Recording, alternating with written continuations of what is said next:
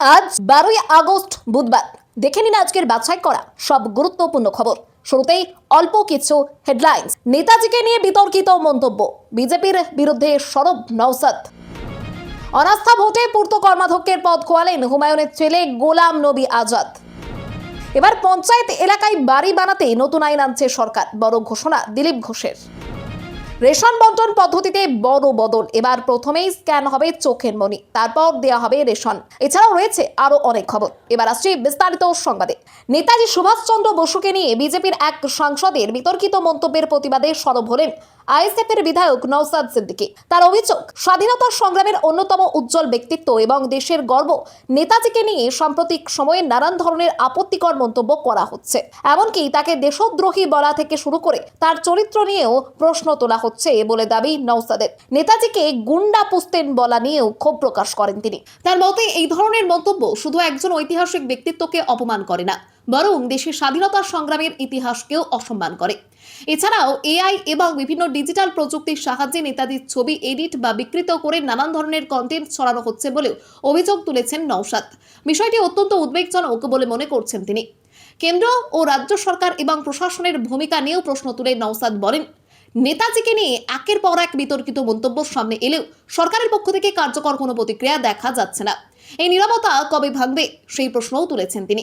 নওশাদ জানিয়েছেন, ভারতীয় সংবিধানের বিধানসভা সংক্রান্ত নিয়ম 185 অনুসারে তিনি বিধানসভায় একটি নিন্দা প্রস্তাব জমা দিয়েছেন। নেতাজিকে নিয়ে করা মন্তব্যের বিরুদ্ধে বিধানসভায় আনুষ্ঠানিক নিন্দা প্রস্তাব আনার উদ্যোগ নিয়েছেন তিনি। নওশাদের কথায় তিনি নিজেকে একজন দেশপ্রেমিক হিসেবে মনে করেন এবং তার পূর্বপুরুষরাও স্বাধীনতা সংগ্রামে অংশগ্রহণ করেছিলেন। তাই নেতাজিকে নিয়ে বিতর্কিত মন্তব্যের ঘটনায় তিনি নীরব থাকতে পারেন না। নেতাজিকে কি সত্যি অপমান করা হচ্ছে? আপনার কি মতামত কমেন্ট করে জানান। এবার পঞ্চায়েত এলাকায় বাড়ি বানাতে নতুন আইন আনছে সরকার, বড় ঘোষণা দিলীপ ঘোষের। গ্রামে বাড়ি তৈরির নিয়মে এবার বড় বদল আসতে চলেছে জানালেন পঞ্চায়েত মন্ত্রী দিলীপ ঘোষ। শহরের মতো পঞ্চায়েত এলাকাতেও বাড়ি বানানোর আগে নিতে হবে নকশার অনুমোদন। ইচ্ছামতো নির্মাণ করে রাস্তা ড্রেন আটকে দেওয়ার দিন শেষ করতে নতুন বিধি আনার পথে পঞ্চায়েত ও গ্রামোন্নয়ন দপ্তর। খুব শীঘ্রই সেই বিধি কার্যকর করা হবে বলে জানিয়েছেন দপ্তরের মন্ত্রী দিলীপ ঘোষ। সরকারের মতে অপরিকল্পিত নির্মাণের জেরে গ্রামাঞ্চলেও বর্ষার জল জমার সমস্যা বাড়ছে। বহু জায়গায় পুকুর ড্রেন বুঝিয়ে বাড়ি তৈরি হওয়ায় স্বাভাবিক জল নিকাশির পথ বন্ধ হয়ে যাচ্ছে। এই প্রবণতা রুখতেই পঞ্চায়েত এলাকায় নির্মাণের ক্ষেত্রে নির্দিষ্ট নিয়ম চালুর সিদ্ধান্ত নেওয়া হয়েছে। দিলীপ ঘোষ বলেন, পঞ্চায়েতে নতুন আইন আনা হচ্ছে। বিভিন্ন রাজ্যের আইন স্টাডি করে একটি আইন তৈরি করা হয়েছে, যা অর্থ দপ্তর পর্যন্ত গেছে। খুব শীঘ্রই বিধি আনা হবে, যাতে শহরের মতো গ্রামেও আইন মেনে বাড়ি তৈরির অনুমতি পাওয়া যায়। নতুন বিধি কার্যকর হলে পঞ্চায়েত এলাকায় বাড়ি তৈরির আগে অনুমোদন নেওয়া বাধ্যতামূলক হতে পারে। শুধু ছোট বাড়ি নয়, বড় বাড়ি এবং ফ্ল্যাট নির্মাণের ক্ষেত্রেও নিয়ম মানতে হবে। নির্মাণের নকশা, জায়গার ব্যবহার এবং জল নিকাশির ব্যবস্থা, এর পাশাপাশি রাস্তা নিকাশির সঙ্গে সামঞ্জস্যের বিষয়গুলিও নতুন ব্যবস্থার আওতায় আসবে বলে দপ্তর সূত্রে জানা যাচ্ছে। এই নতুন আইন নিয়ে আপনার কি মতামত কমেন্ট করে জানান।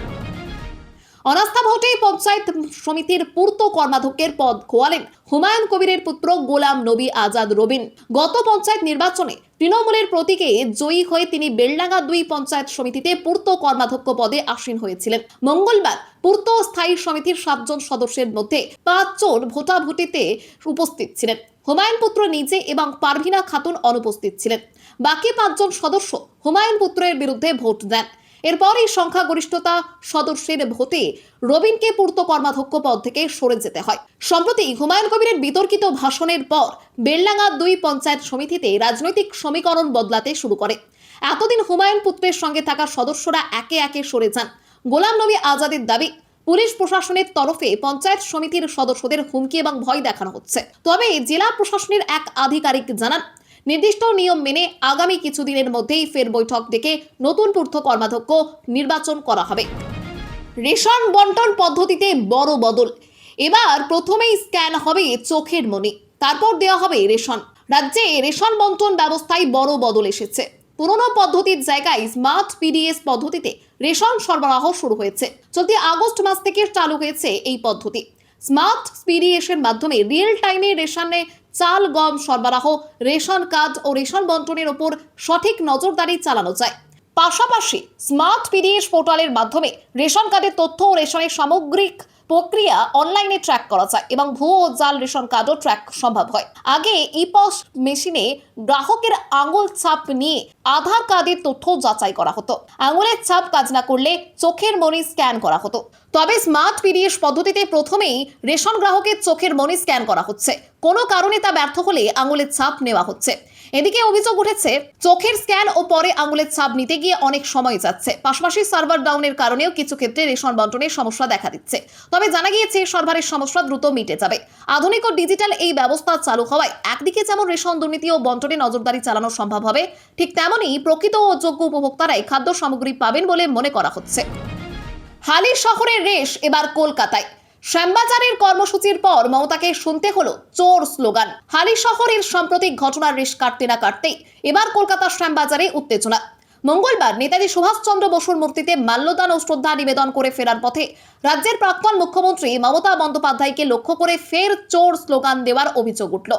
অভিযোগের তীর বিরোধী দল বিজেপি কর্মী সমর্থকদের দিকে। মঙ্গলবার নেতাজি সুভাষচন্দ্র বসুকে নিয়ে বিজেপির আপত্তিকর মন্তব্য ও অসম্মানের বিরুদ্ধে প্রতিবাদ জানাতে কালীঘাট তৃণমূলের কর্মসূচিতে সরাসরি অংশ নেন মমতা বন্দ্যোপাধ্যায়। তার সঙ্গে ছিলেন কল্যাণ বন্দ্যোপাধ্যায়, দোলা সেন সহ একাধিক প্রথম সারির নেতা নেত্রী। দলীয় কর্মসূচি চলাকালীন একদল মানুষ জমায়েত হয়ে চোর চোর স্লোগান দিতে শুরু করে। বিক্ষোভকারীরা দাবি করতে থাকে, যার হাতে কালি লেগেছে সে নেতাজির গলায় মালা দেবে না।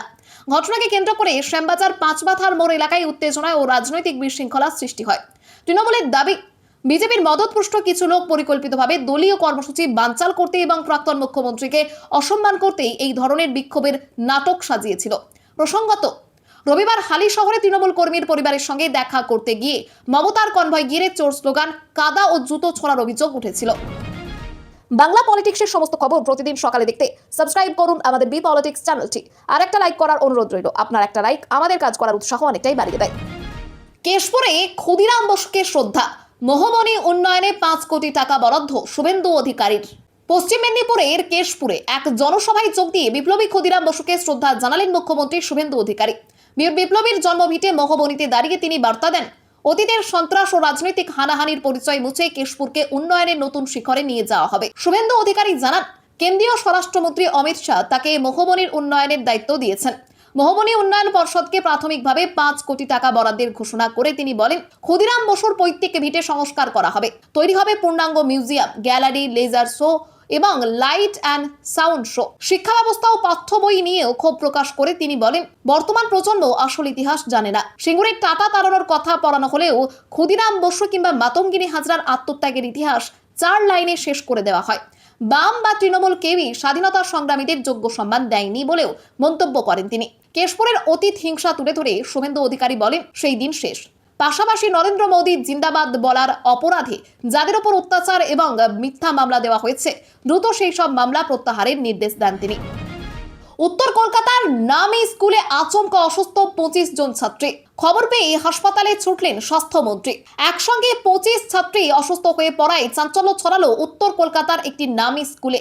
কারো জ্বর, কারো পেটে ব্যথা ও বমি, আবার কয়েকজনের শ্বাসকষ্টের উপসর্গও দেখা দেয়। সোমবার দুপুর থেকে সন্ধ্যার মধ্যে একে একে তাদের আরজিকর মেডিকেল কলেজ ও হাসপাতালে নিয়ে যাওয়া হয়। দেশবন্ধু পার্ক এলাকার ওই স্কুলের হস্টেলে থেকেই পড়াশোনা করে ছাত্রীরা।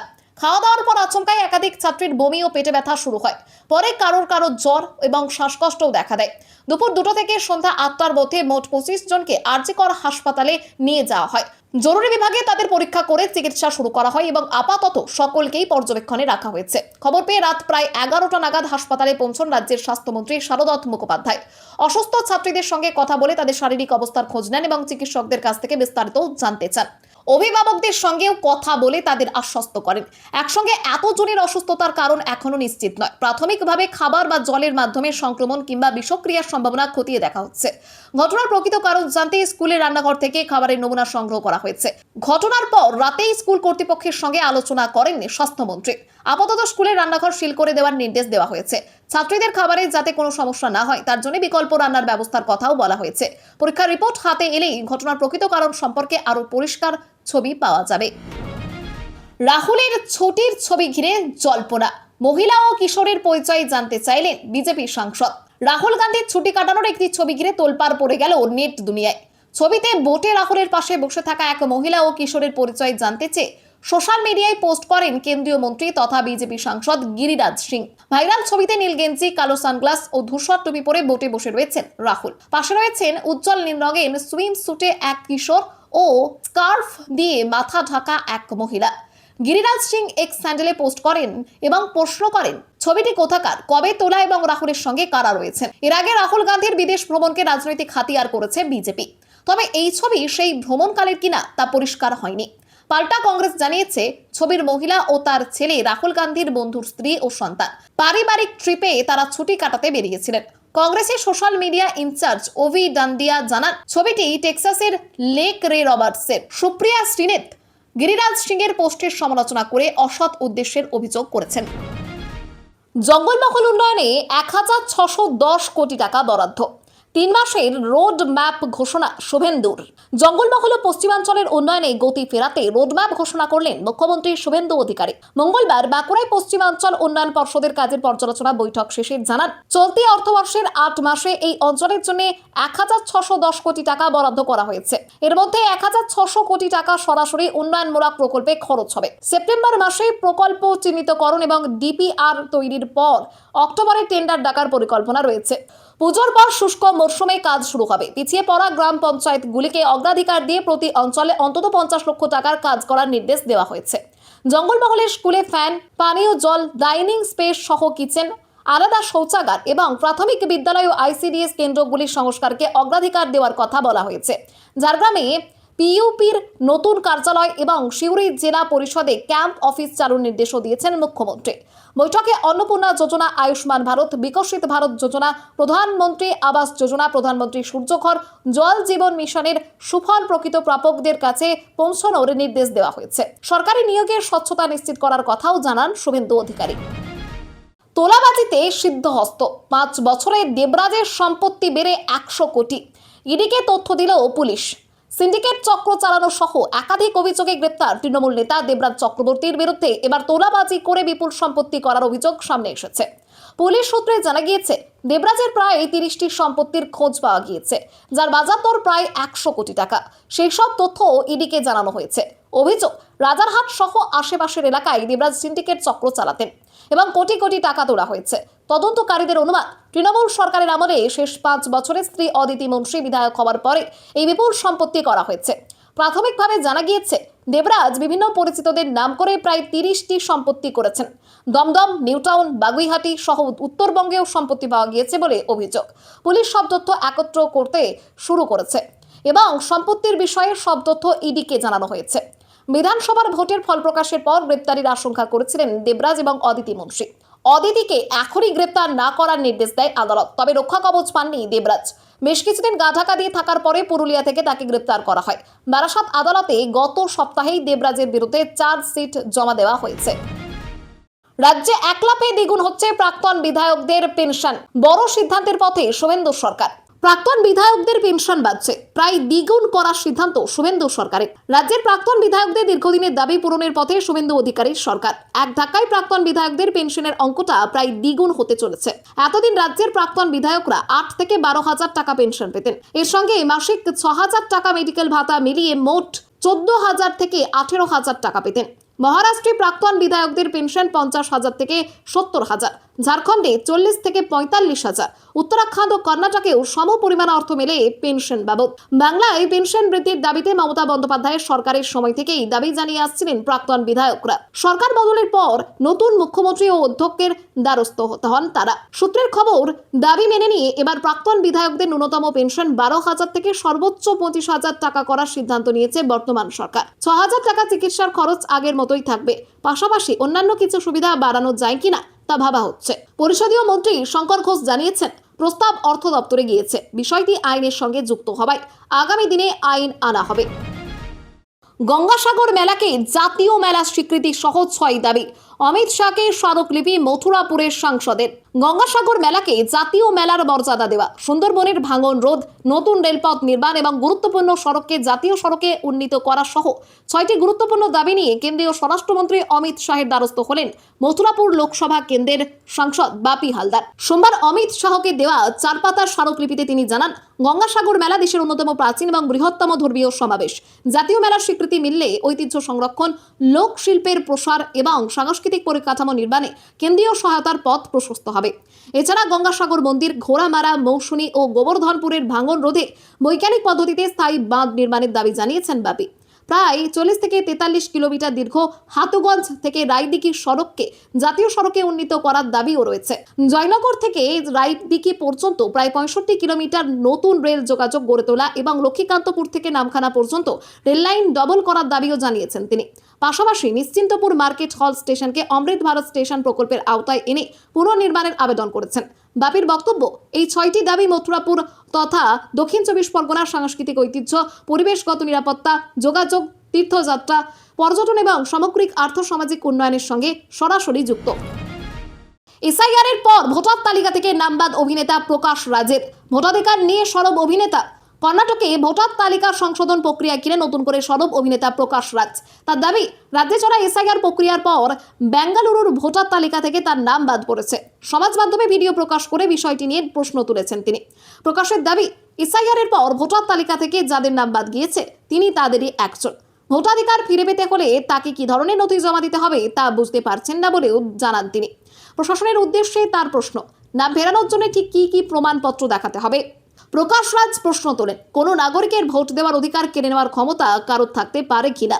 2019 সালে লোকসভা নির্বাচনে বেঙ্গালুরু সেন্ট্রাল কেন্দ্র থেকে নির্দল প্রার্থী হিসেবে ভোটে লড়েছিলেন তিনি। এবার নিজের ভোটার পরিচয় পুনরায় অন্তর্ভুক্ত করার প্রক্রিয়ার মধ্য দিয়ে যাবেন বলেও জানান। এদিকে কর্ণাটকে এসআইআর এর সংশোধিত সূচি অনুযায়ী খসড়া ভোটার তালিকা প্রকাশের সময়সীমা পিছিয়ে 24 আগস্ট এবং চূড়ান্ত ভোটার তালিকা প্রকাশের দিন 27 অক্টোবর করা হয়েছে। যোগ্যতার তারিখ 1 অক্টোবর 2026 অপরিবর্তিত রয়েছে। খবর আজকের মতো এখানেই শেষ। আবার আসছি আগামীকাল সকালে। পরবর্তী খবরের জন্য সাবস্ক্রাইব করুন আমাদের বি পলিটিক্স।